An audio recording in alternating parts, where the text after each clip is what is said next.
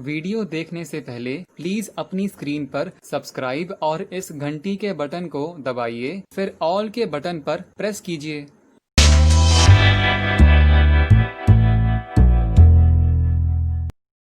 लेकिन संकेत में मैं आपसे इतना ही कहना चाहता हूं कि लोकमान्य बाल गंगाधर तिलक का सपना हो या शहीद आजम भगत सिंह का सपना हो या महात्मा गांधी का सपना हो या अरविंदो घोष का सपना हो या हमारे देश में ऊधम सिंह का सपना हो। ऊधम सिंह का सपना क्या था आप सभी जानते हैं।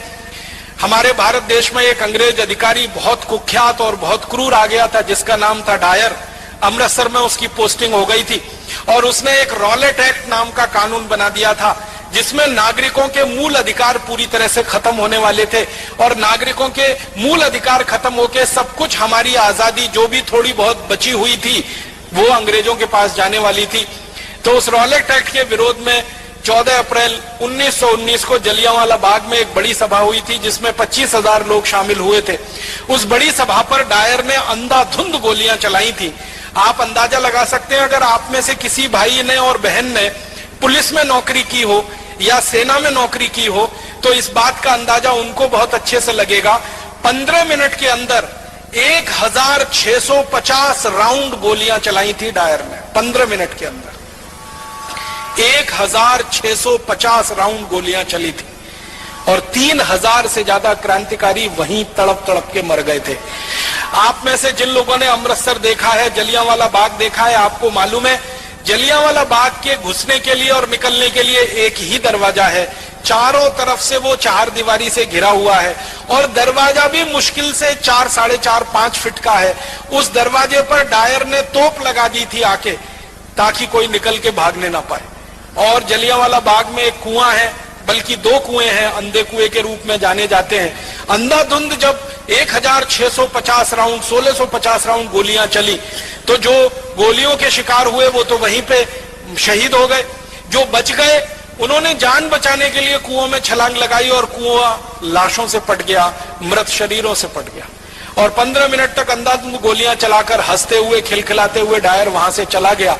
रास्ते में जाते हुए अमृतसर की सड़कों के दोनों तरफ जो भी भारतीय नागरिक उसको मिला उनको गोलियां मारकर पीछे तोप के मुंह से रस्सी से बांधकर घसीट कर वो लेके गया था।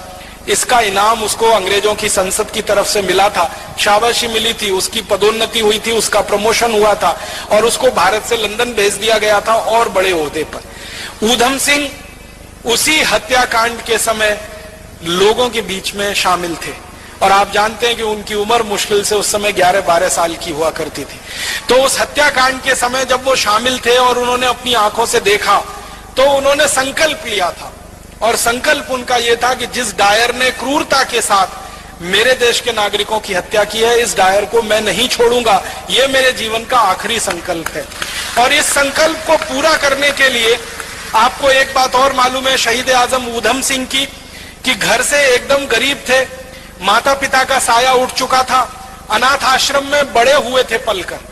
माता पिता साथ में नहीं थे, दोनों मर चुके थे। बड़े भाई थे, उनकी मृत्यु हो चुकी थी किसी बीमारी से। अपने परिवार में वो अकेले रह गए थे और उनके पास आर्थिक संसाधन कुछ नहीं थे। तो जब उन्होंने योजना बनाई डायर को मारने की, संकल्प पहले ले लिया और योजना बनाई तो लंदन जाना है, लंदन जाने के लिए पैसे चाहिए, पैसे कहां से आएंगे। तो उन्होंने तय किया कि मैं किसी के सामने हाथ फैलाऊं उससे अच्छा है मैं मेहनत मजदूरी करके पैसे कमाऊं।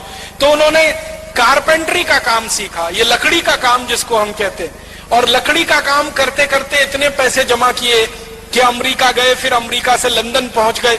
लंदन पहुंच के फिर एक होटल में काम किया पानी पिलाने का ताकि कुछ पैसे इकट्ठे हों और बंदूक खरीदी जा सके, पिस्तौल खरीदी जा सके।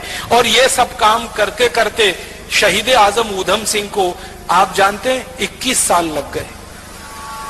1919 में जलियांवाला बाग हत्याकांड हुआ था, 1940 में जाकर उन्होंने अपना संकल्प पूरा कर पाया था। 21 साल वो पैसों के लिए परिश्रम के साथ कहीं ना कहीं अपने जीवन को लगाते हुए संकल्प के लिए जिंदा थे।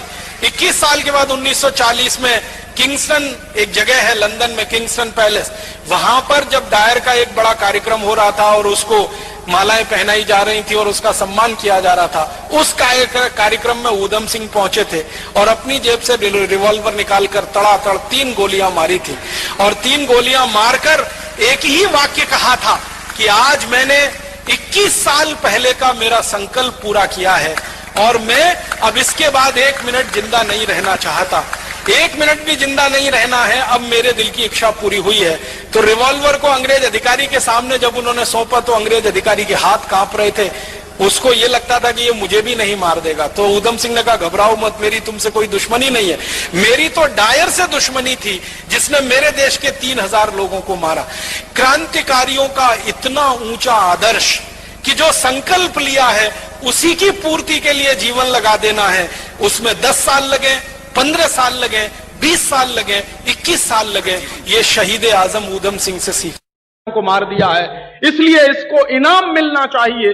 तो इनाम दिया गया था डायर को। और जिस समारोह में, जिस जलसे में डायर को यह इनाम दिया जा रहा था, उसकी स्तुति गान किया जा रहा था, उसकी प्रशंसाएं की जा रही थी, उसी भरी मीटिंग में ऊधम सिंह बैठा हुआ था। और जब ऊधम सिंह के बर्दाश्त के बाहर हो गई सब बात, तो चुपचाप उठा, मंच तक आया, बड़े आराम से पिस्तौल निकाली और गोली चलाई। डायर वहीं ढेर हो गया। और जब डायर ढेर हो गया तो अंग्रेजी पुलिस का एक सुपरिंटेंडेंट दरवाजे पर खड़ा था। उसके हाथ कांप गए कि एक हिंदुस्तानी नौजवान में इतनी हिम्मत कि भरी हुई सभा में से उठकर बड़े आराम से आया और मंच पर गोली चलाकर आराम से चला गया। ऊधम सिंह ने उस सुपरिंटेंडेंट को कहा कि मुझे गिरफ्तार करो। तो सुपरिंटेंडेंट भौचक्का होकर उसके मुंह की तरफ देखने लगा। उसकी हिम्मत नहीं हुई ऊधम सिंह को पकड़ने की। बाद में ऊधम सिंह को लगा कि यह आदमी डर गया है, तो उसने अपनी रिवॉल्वर फेंक दी हाथ में से, कहा कि अब तो गिरफ्तार करो। तो डरते डरते उसने ऊधम सिंह के हाथ में हथकड़ी लगाई, पुलिस सुपरिंटेंडेंट ने, और ऊधम सिंह ने कहा कि चलो, मुझे न्यायालय में ले चलो, कोर्ट में ले चलो। कोर्ट में ले गए ऊधम सिंह को और अंग्रेजों के लंदन के न्यायालय में ऊधम सिंह को कटघरे में खड़ा किया। तो न्यायाधीश ने जो सबसे पहला प्रश्न किया ऊधम सिंह से, वो क्या था? न्यायाधीश ने प्रश्न किया कि ऊधम सिंह, तुम चाहते तो डायर की हत्या करने के बाद भाग सकते थे, तुम्हारे पास पूरा मौका था। तो ऊधम सिंह ने जवाब क्या दिया कि जज साहब, हिंदुस्तान की जिस माटी से मैं पैदा हुआ हूं, उस माटी में लोग पीठ दिखाकर नहीं भागा करते, जरूरत पड़ने पर सीने पर गोली खाते, पीठ दिखाकर नहीं भागा करते। तो जज आश्चर्य में पड़ गया। जज ने फिर दूसरा प्रश्न किया कि ऊधम सिंह, अगर तुम भाग जाते और हिंदुस्तान चले जाते तो तुम अपने जैसे सैकड़ों ऊधम सिंह पैदा कर सकते थे।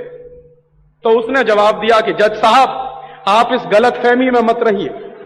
जिस दिन आप मुझे फांसी के फंदे पर चढ़ाओगे, उस दिन हिंदुस्तान में एक नहीं 10,000 ऊधम सिंह पैदा हो जाएंगे। मुकदमा चलता गया और मुकदमा चलता गया तो अंग्रेजों की प्रेस के जो रिपोर्टर थे, वो भौचक्के होकर उस नौजवान का चेहरा देखते थे जिसकी उम्र मुश्किल से 20-22 साल की थी। और अंग्रेजों के जज के हाथ कांप गए थे उस लड़के को फांसी का ऑर्डर सुनाने के लिए। और उस लड़के ने कहा था कि बिल्कुल परेशान मत होइए, मेरी फांसी लगाने के लिए आपको जल्लाद बुलाने की जरूरत नहीं पड़ेगी, मैं खुद अपने हाथों से फांसी का फंदा चढ़ाऊंगा। और लंदन की जेल में जब ऊधम सिंह को फांसी हुई तो ये लंदन की जेल के मैनुअल बताते हैं कि ऊधम सिंह ने सारे जल्लादों को अलग हटा दिया था, खुद गया बड़े आराम से, और बहुत आराम से उसने कहा कि ये नकाब डालने की जरूरत नहीं है, क्योंकि अंग्रेजों के कानून थे कि फांसी के पहले काले रंग का नकाब पहनाया जाता। उसने कहा इसकी कोई जरूरत नहीं। बहुत आराम से खुद फांसी का फंदा उसने गले में लटकाया और झूल गया।